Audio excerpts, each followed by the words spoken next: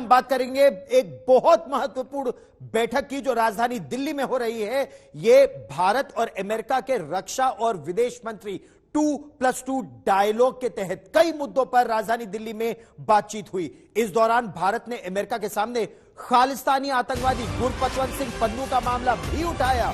Media को brief करते हुए विदेश सचिव विनय क्वात्रा ने कहा कि भारत ने पन्नू के हालिया वीडियो का भी जिक्र किया, जिसमें पन्नू ने एयर इंडिया के विमान को उड़ाने की धमकी दी थी।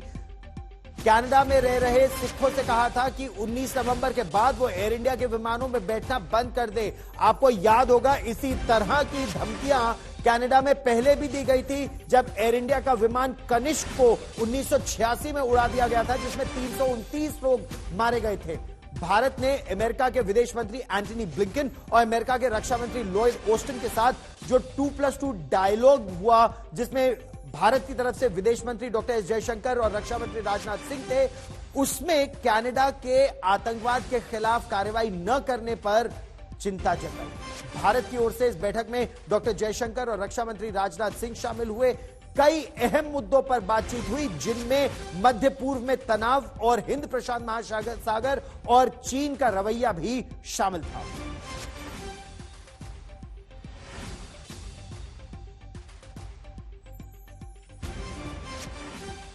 इस समय हम आपको आतंक समर्थक गुरपतवंत सिंह पन्नू की वो तस्वीर दिखा रहे हैं और जो उस धमकी भरा बयान सामने आया है। और प्रश्न यहां यही उठाया जा रहा है भारत की तरफ से कनाडा से बार बार कि आखिर क्यों कनाडा की सरकार गुरपतवंत सिंह पन्नू या फिर जो खालिस्तान समर्थक हैं उनके खिलाफ कोई कार्रवाई नहीं करते। ये प्रश्न जस्टिन ट्रूडो के लिए उठाया गया बार बार। गीता मोहन मेरी सहयोगी ज्यादा जानकारी के साथ अब हमारे साथ जुड़ रही है। गीता, भारत ने अमेरिका को दो टूक कह दिया है कि कनाडा को खालिस्तानी आतंकवादियों के खिलाफ और आतंक के समर्थकों के खिलाफ कार्रवाई करने की आवश्यकता है। क्या क्या निकल कर आया इस 2+2 डायलॉग में?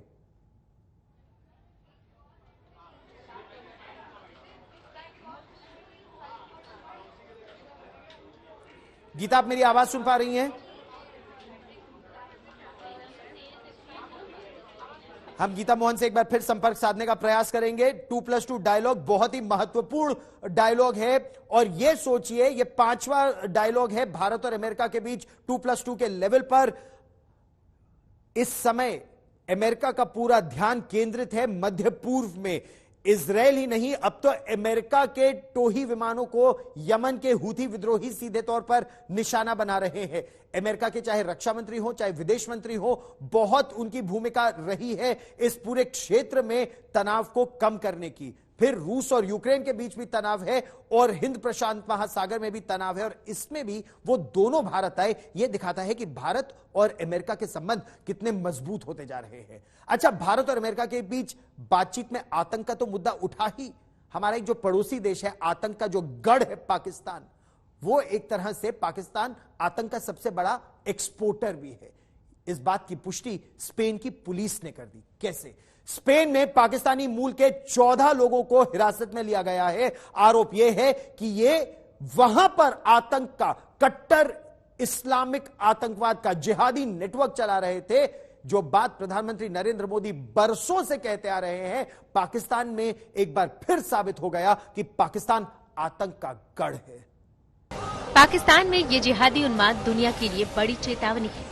हमास के समर्थन में पाकिस्तान में हुई इस रैली को उस जिहादी संगठन ने आयोजित किया जिसने स्पेन तक पाकिस्तान का नाम रोशन किया है। तहरीके लब्बैक के ये आतंकी पाकिस्तान में इजराइल के खिलाफ जिहाद की हुंकार भर रहे थे। ये गाजा पहुंचने की हिम्मत जुटा पाएं या नहीं, लेकिन इन्होंने आतंक के अपने गुर्गों को यूरोप तक भेज रखा है।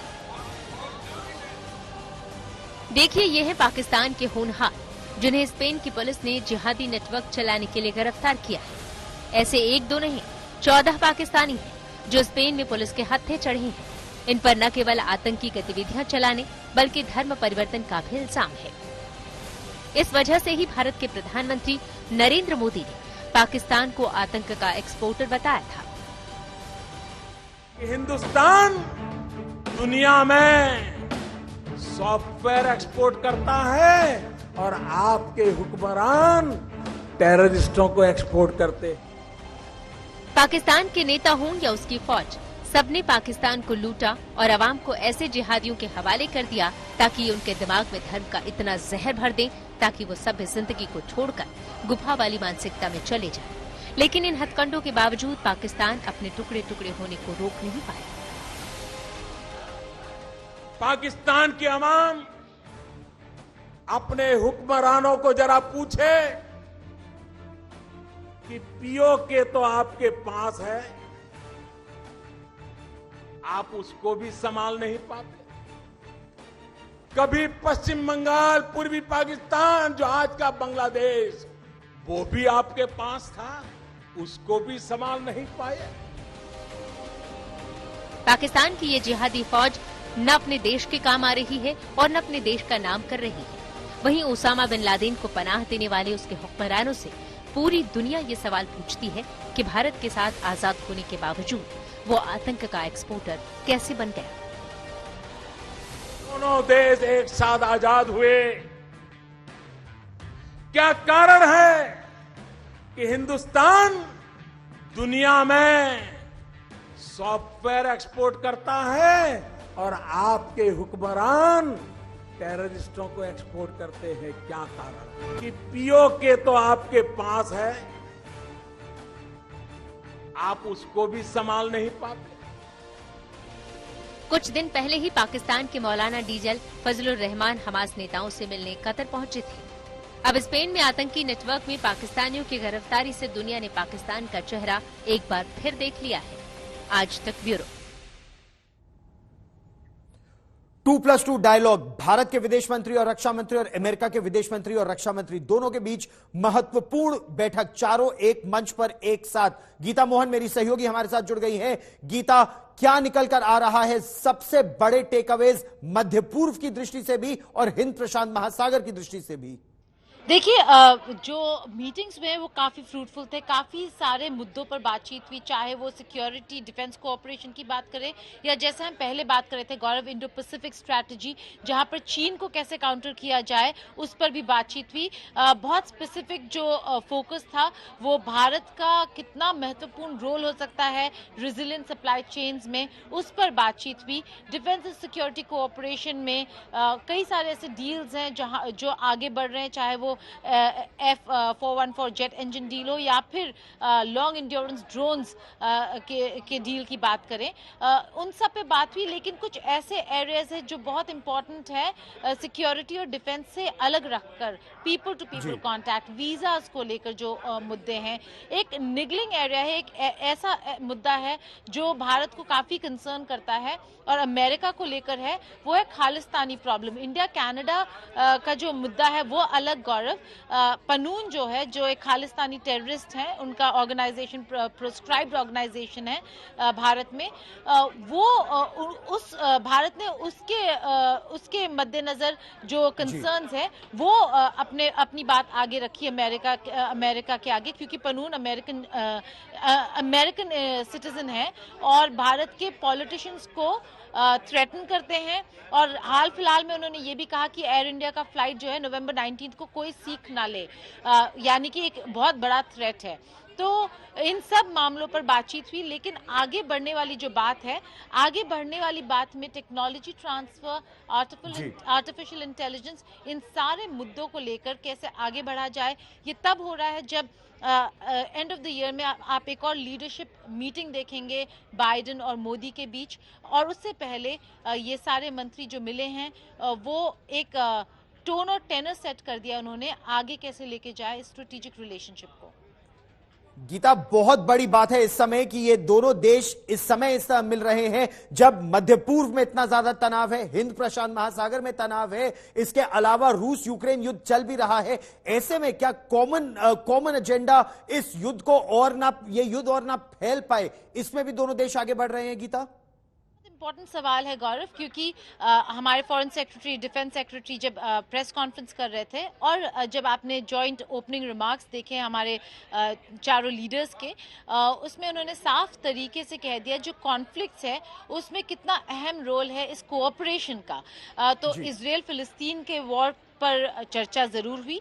भारत ने अपनी बात रखी, जहां एक तरफ उन्होंने हमास के अक्टूबर 7 अटैक को कंडेम किया, वहीं दूसरी तरफ उन्होंने ये भी कहा कि एक ह्यूमैनिटेरियन क्राइसिस जो आप देख रहे हैं गाजा में, उसको कहीं ना कहीं डीएस्केलेशन की जरूरत है और इस ह्यूमैनिटेरियन क्राइसिस को कहीं ना कहीं एंड करने की जरूरत है। तो इस पर बातचीत बड़ी खबर पर आप नजर रखिए। मैं ताजा जानकारी के लिए फिर आपके पास लौटूंगा। दो महत्वपूर्ण प्रजातंत्र, दुनिया के सबसे बड़े, सबसे ताकतवर दो प्रजातंत्र जब एक साथ आते हैं तो न केवल एक दूसरे का फायदा होता है बल्कि पूरे विश्व को फायदा पहुंचाने का प्रयास रहता है। मैं आपको एक बार फिर स्पेन लिए चलना चाहता हूं क्योंकि स्पेन में इस समय जबरदस्त उथल पुथल है। स्पेन की जनता सड़कों पर उतर आई है और स्पेन की जनता यह कह रही है कि वो कट्टर इस्लामिक आतंकवाद के सामने नहीं झुकेंगे। आप ये सोचिए, जब क्रूसेड्स भी चल रही थी तो काउंटर अटैक एक बड़े तरीके से किस तरह स्पेन में आया था। अब क्या हो रहा है, स्पेन में 14 पाकिस्तानी आतंकवादियों को गिरफ्तार किया गया है। स्पेन की पुलिस ने दावा किया है कि ये एक जिहादी नेटवर्क चला रहे थे, उसका पर्दाफाश किया है। ये लोग धर्म परिवर्तन कराने की भी कोशिश कर रहे थे लोगों का। स्पेन में एक स्पेशल ऑपरेशन के तहत इनको हिरासत में लिया गया है, एक नहीं दो नहीं 14 पाकिस्तानियों को। और ये जो आप तस्वीरें देख रहे हैं, ये पुलिस के साथ भिड़ंत भी हो रही है। इजरायल में हमले के बाद आतंक का अलर्ट न केवल स्पेन में बल्कि यूरोप के कई देशों में बहुत तेजी से फैलता जा रहा है। ये इस समय दुनिया के सामने सबसे बड़ा खतरा है। हमास के हमले के बाद अलर्ट के तहत इन 14 पाकिस्तानियों की गिरफ्तारी हुई है। तनाव स्पेन की सड़कों पर आप साफ तौर पर देख रहे हैं। ये टीयर गैस शेल्स की बात करें या फिर हम आपको यह भी बता दें कि दुनिया में बहुत तेजी से आतंक जो फैलता जा रहा है, विश्व युद्ध की तरह अब इस आतंक से लड़ने की तैयारी हो रही है। आतंकवाद का जो खतरा है, आप जरा शहर, आप इस मानचित्र पर देखिए, इलाक का शहर इजरायल में हूथी विद्रोहियों ने यहां पर ड्रोन अटैक किया है। तो आप ये देख रहे हैं। अच्छा, दूसरा, सीरिया में इजरायल ने एक एयर स्ट्राइक किया है दमिश्क में। यहां पर एक वेपन स्टोरेज था, यहीं से ड्रोन अटैक हुआ भी था। बगदाद इराक में अमेरिका के बेस पर 4 हमले हुए हैं। फिर हम आपको मॉन्ट्रियल ले चलते हैं, कनाडा ले चलते हैं। यहां यहूदियों के एक स्कूल में गोलीबारी हुई है और यह बड़ी चिंता की बात है। दुनिया के अलग अलग भागों में आतंकवाद लगातार बढ़ता जा रहा है और आपको, मुझे, हम सबको सचेत रहने की आवश्यकता है।